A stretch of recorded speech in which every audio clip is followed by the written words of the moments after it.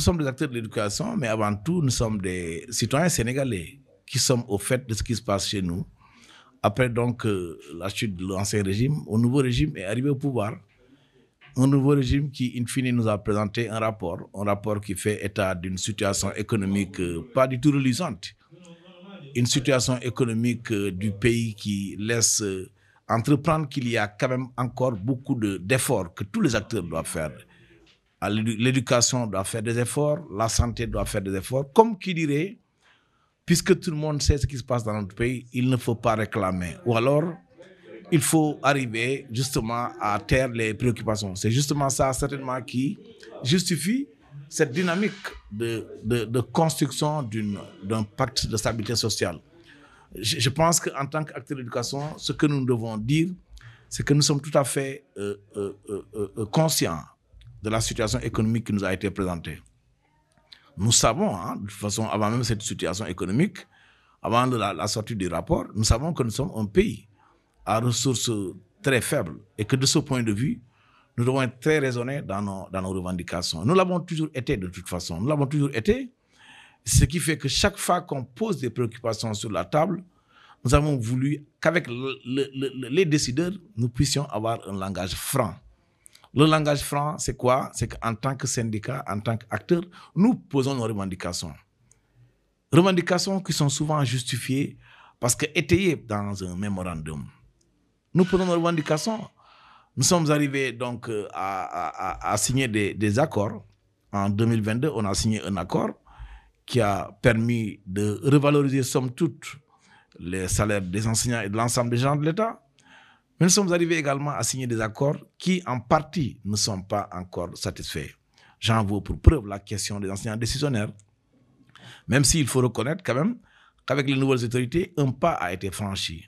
Un pas que nous considérons comme un début de résolution de cette problématique, mais qui n'est pas quand même la résolution totale. Parce qu'au-delà de la signature des décrets modifiés 2006-392 et 347, il reste fondamentalement la question de la revalorisation de la pension des décisionnaires, la question de l'imputation budgétaire des décisionnaires à la retraite, mais également l'augmentation de l'âge de la retraite. Ce sont des aspects sur lesquels nous attendons le gouvernement du Sénégal.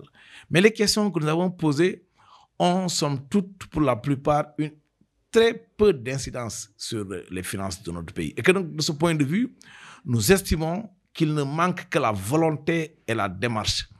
Il nous faut, à notre avis, de la méthode et de l'organisation dans ce que fait le gouvernement.